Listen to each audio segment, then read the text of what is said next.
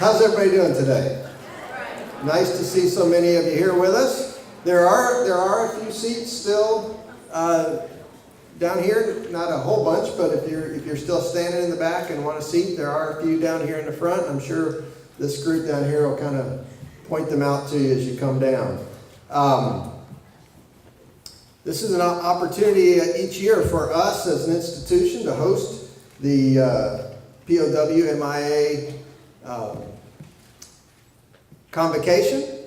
It's a unique opportunity for our campus to learn and to understand an issue that often doesn't come into our consciousness. And it's really an interesting time in our country that we, just recently we've seen as we had relationships with North Korea, and they started talking about sending back the remains of some of our soldiers who have been missing in action for a long time, many, many years. And of course, recently John McCain's passing brought a lot of discussion around his time as a prisoner of war and the impact that it made on his life and certainly the impact that he was able to have on our country.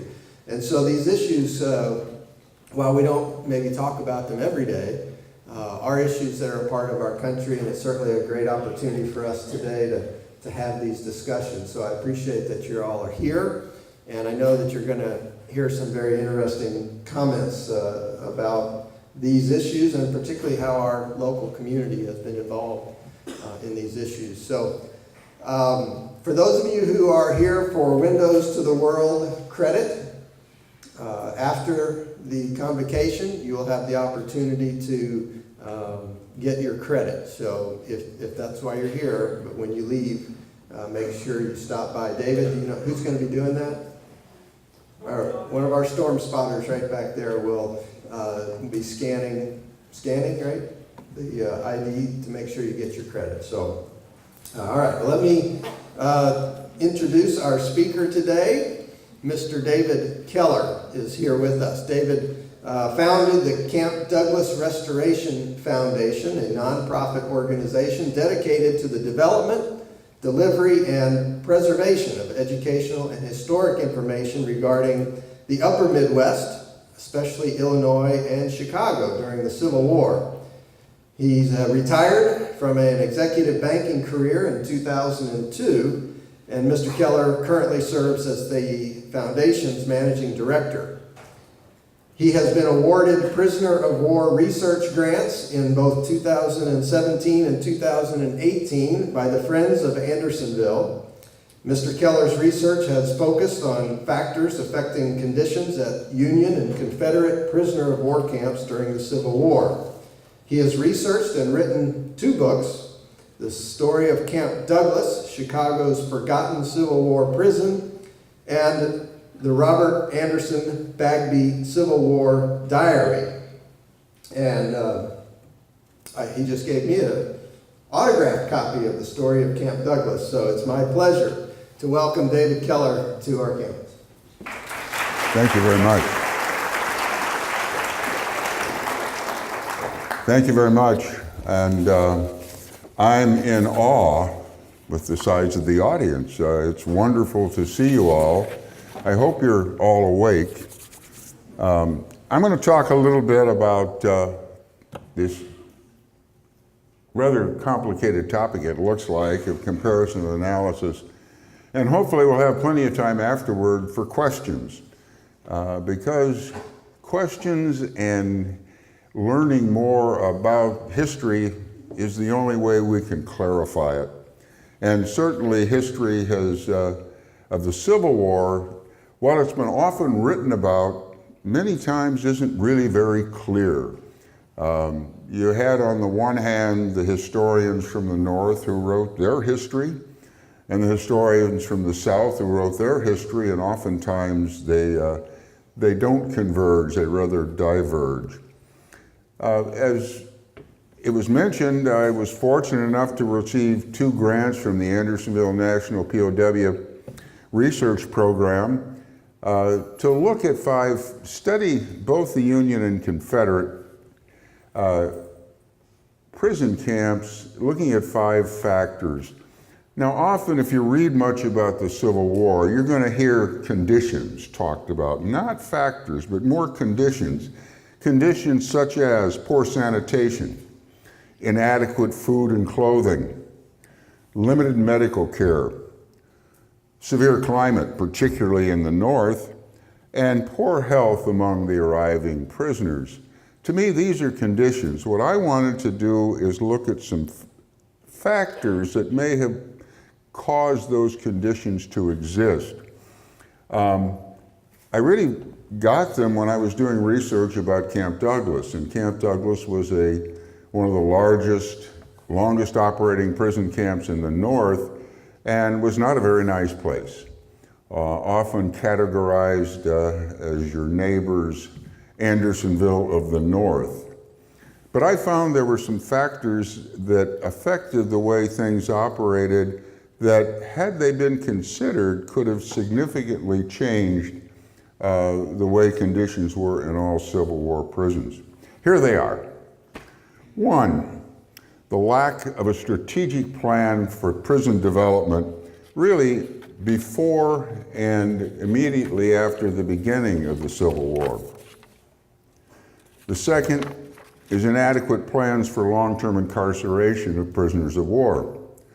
Third, the poor selection, turnover, and lack of training of the command, those people responsible for those camps. The lack of training of prison guards, and the failure, number 5, which is I found particularly interesting, the failure to provide individual soldiers with information on how to behave as a prisoner of war. Before we talk about those 5 factors, I want to get some statistics out of the way. You know, every historian has to throw out dates and statistics, so let's get the statistics out first. Give you an idea of the magnitude of the Civil War. There were 211,400 Union prisoners held during the Civil War, 220,000 Confederate prisoners held. That's a lot of people. Now, to give you an example of how significant that was, and this had a huge impact on the treatment of those prisoners, between World War I and Vietnam, total number of Americans held as prisoners was 142,227, compared to a 4-year holding of over 400,000. That in itself, you can imagine the magnitude of the problem facing those during the Civil War.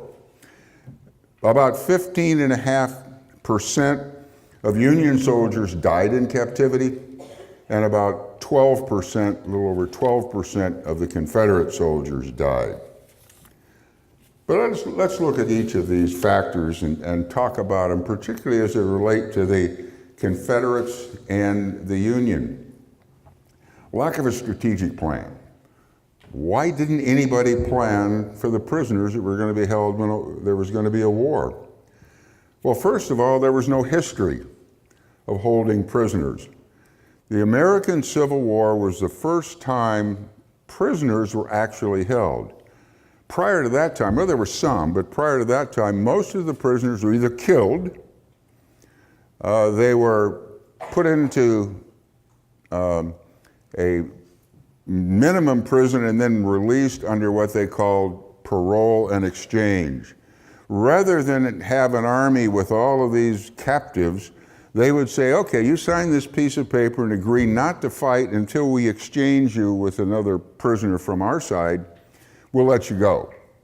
And that parole concept was how most of the prisoners were handled prior to the Civil War. The other thing that the leadership in the Civil War failed to realize that affected the handling of prisoners was the development of the rail system. Realize the rail system broadly in this country wasn't developed until the 1830s and 1840s. But suddenly you had this huge transportation network which allowed people and material to move fairly large distances and fairly easily, and certainly not the responsibility, if it was a prisoner, of the guy who captured them. The other, and particularly looking at the Confederates had much bigger fish to fry.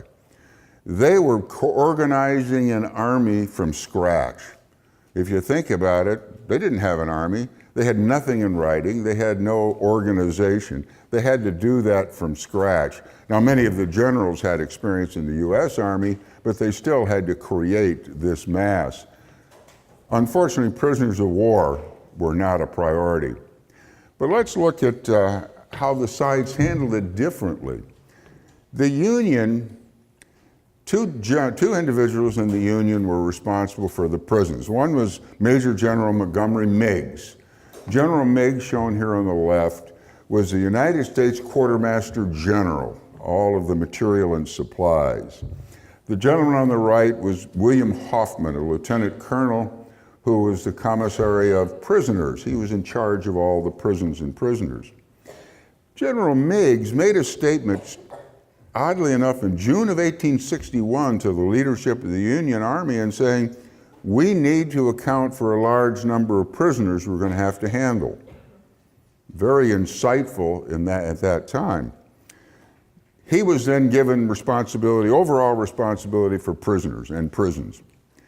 He assigned then to Lieutenant Colonel Hoffman the day-to-day responsibility. General Hoffman got his job in late 1861, and by June of 1862, he received a document which spelled out very specifically what his responsibilities were, very detailed. In addition, in July of 1862, what was called the Dix Hill cartel came into existence, which talked about handling prisoners. And basically, Dix Hill talked about how you exchange prisoners, how you parole and exchange them. Did not say a word about how you treated them. Finally, General Order 100 of the Union was published in April of 1863, which spelled out in great detail what you would do to handle prisoners, how you treated them, how you fed them, how you clothed them, how you housed them. The Confederates, on the other hand, really didn't have an organization for handling their prisoners. Brigadier General John Winder was the provost marshal, or the chief policeman of Richmond, and he was given responsibility for handling all the prisoners. He received nothing in writing. He had as an additional duty handling prisoners. He was still the provost there, and he had a unique problem, which happened in June of 1861 when the Battle of Bull Run was fought and won by the Confederates, or the Battle of Manassas for all of you who want the Confederate name for it. I'm from the north, so I'm sorry, I use the northern nomenclature. In June of 1861, they suddenly had prisoners. What did they want to do with them? Well, the decision was made, send them to Richmond. Send them to Richmond, Virginia. General Winder will take care of them. And that's about all the direction he got. He suddenly was getting prisoners. He used existing prisons, and when the existing prisons and jails were filled, he commandeered abandoned warehouses and factories and created the housing for the Union soldiers. Now this was some unusual problems for him, which we'll talk about in a minute. But there was really no planning. He had nothing in writing on how to handle it. The general rules for handling prisoners were diffused out with individual commanders, or the Confederate government would write a little memo saying this about food or this about clothing. There was never a comprehensive plan, and this really worked to the detriment of the prisoners. I believe had planning been done to hold prisoners, there could have been a lot better situation rather than what turned out to be the whole concept of make do with what we can get. Let's look about the inadequate plans for handling long-term. As I mentioned, here's what the union, how the union and their organization structured it. On the right is a photograph of Camp Douglas. You'll notice the wooden buildings in the background. The decision made by the union was to house prisoners in facilities that were used to muster in or to have Union soldiers join the Army. So they had, in many cases, hard facilities. They had barracks, they had hospitals, they had other things already built, and they really replaced the Union soldiers with the Confederate prisoners. The other, on the right, the other they used were existing facilities, and I apologize for the quality of the photograph of Point Lookout. But Point Lookout was located next to a huge military hospital. So combination of existing facilities and having them located contiguous with military was how the Union handled the situation. On the other hand, this was pretty typical of how the Confederacy did it. I mentioned they took abandoned warehouses and tobacco farms and factories. Can you imagine the difficulties here that you don't immediately think of? How do you get toilet facilities in there? How about water? Oh, many of them didn't have any windows. You had to have light and ventilation. A unique challenge for the management. The other that came later, which was exampled by Belle Isle on the right, and Andersonville, was just barren open space. Andersonville didn't even have any shelter. At Belle Isle, they did provide tents for them. The reason they didn't worry too much about holding them for a long time was this whole concept of paroling. And under the Dix Hill Cartel, it said you will parole all captured soldiers within 10 days of capture. Within 10 days, you're going to let them loose and let them go home. Didn't work very well. There were only really two examples of paroles of large numbers of soldiers within 10 days.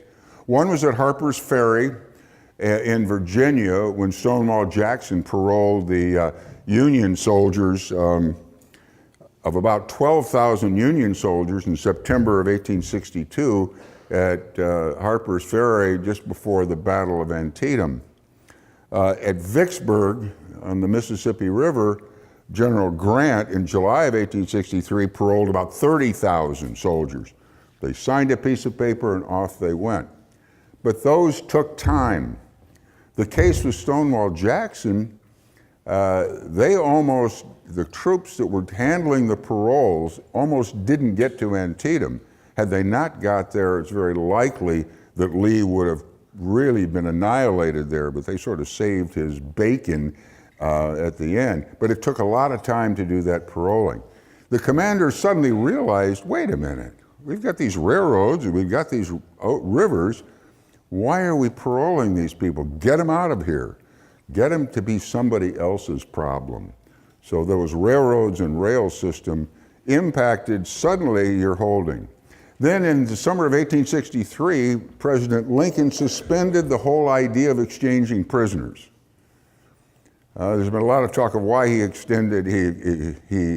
that. It was primarily because Jefferson Davis chose to treat African American soldiers as escaped slaves rather than captured prisoners. And he said, if you're going to do that, we're not going to exchange. Suddenly it became necessary that you're going to stay there until the war's over, until you escape, or until you die. That's your choice, or you might be able to later sign and get away. But these factors had a huge impact. In the Union Army, because of this, we're going to parole them pretty quick. Meigs and Hoffman said, well, why should you improve anything there? You're not going to hold those people very long. We're not going to give you any money. And then in 1863, when that was suspended, it was too little, too late. The Confederates, on the other hand, never really did improve any of their facilities other than the basics. As the pressure of the war came to them, and as more prisoners became available to them, they diffused their prisons throughout Georgia, throughout Alabama. And this caused a problem for General Winder. He couldn't control it. He had a real hard time controlling it because it wasn't until 1864 that he was given official responsibility for prisons. Let's look at the poor selection and training of camp commanders. And this, again, the Union and Confederates did it entirely differently. The Union, and here are two examples on the right, Brigadier General Jacob Amon, who was commander for a while at Camp Douglas, was a brigadier general. Brigadier generals or colonels were the primary ones who handled it. Captain Wirtz from Andersonville was a captain, and in many cases, captains and lieutenants commanded the Confederate camps. So you had lack of influence on the part of these young officers, or the more influence of the generals and colonels. Now there was a negative with the generals and colonels. They were recruited, as I mentioned, you're housing them where you're recruiting your soldiers and bringing them in. Well, these guys were actually, they were having their troops mustered in. They wanted to go to war. They wanted to go fight. So they wanted to get the heck out of there as quick as they could. Therefore, with the Union, the turnover was horrendous. Camp Douglas, as an example I know most about, had 9 different commanders and 12 changes of command in 3.5 years. You can imagine the continuity. By the time the commander realized what was needed, he was gone. Meigs and Hoffman are sitting over there saying, well, they don't need anything. Nobody's told me they need anything. By the time the new commander had figured out what he needed to do, he was gone. None of them had training. These, particularly in the North, they were used to people saluting them and, saying yes sir, no sir, and the prisoners didn't do that. So they had a problem handling it. As I say, the Confederacy had a problem because of the young officers had very little influence, and also they didn't have the infrastructure. Getting to the quartermaster to get food or supplies was a real difficult task, and they had very little influence to do it. Let's look at the lack of training of the camp guards. I don't have any beautiful pictures of this one, but camp guards were generally selected from what was available. In the Union, it was usually these units that were mustering in. Guys been in the Army about 2 days and they say, hey, you're going to guard these people. In the Confederacy, it was mostly homegrown people. It was the local militia, young, and very old. The training of a guard in the Civil War was something like, you're a guard. Those guys are the prisoners. If they don't do what you want them to, shoot them. That was about their training. Oh, and by the way, the musket I gave you has been condemned, so it might blow up in your face. That was how well prepared the guards were. There was a lot of brutality from the guards, but there were also a number of cases of compassion on the part of the guards. So guards was just as big a problem as anything else. Let's look at the failure to provide soldiers with information on how to behave as a POW. This came up to me to be a wow, because there was no plan to hold prisoners, nobody told a guy how to behave as a prisoner. Hey, you're not going to be captured. If you are, you're going to be paroled. Well, let me give you 2 examples, one good and one bad, of what could happen when soldiers acted like soldiers we have today. First of Morgan's Raiders. Morgan's Raiders were captured in Ohio in 1863. They realized they were not going to get out until they died, escaped, the war was over, or they signed the oath of allegiance. They weren't going to do that. They stuck together. They were a unit, and they acted as a unit. On the right is depicted one of the banners they had, because they held shows. They published a newspaper. They helped their fellow soldier. I did a study of, and many of them were held at Camp Douglas and also Camp Chase, Ohio. The Camp Douglas soldiers from Morgan's Raiders I estimate had a death rate of 5 to 7% versus 15% for the normal population. I attribute much of that to the fact that they took care of themselves. They respected their chain of command. They helped their fellow soldiers. Morgan's Raiders soldiers didn't die of starvation. They weren't allowed to. Their buddies took care of them. Let's look at the opposite, which is Andersonville, right down the road here, a perfect example of how Union soldiers misbehaved major.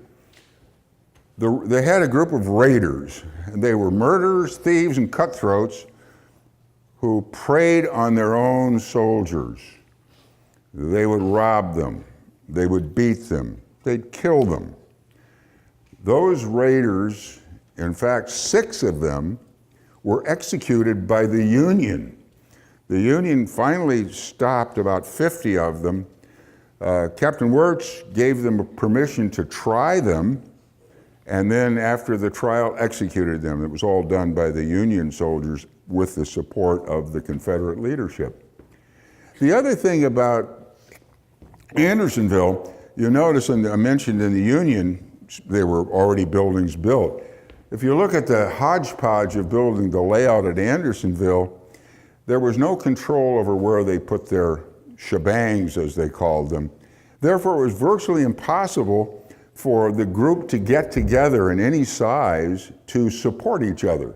They were all dispersed in there. Can you imagine if you look at that picture and the area in the middle is a swamp, where's a place where you could put very many people together to talk to them?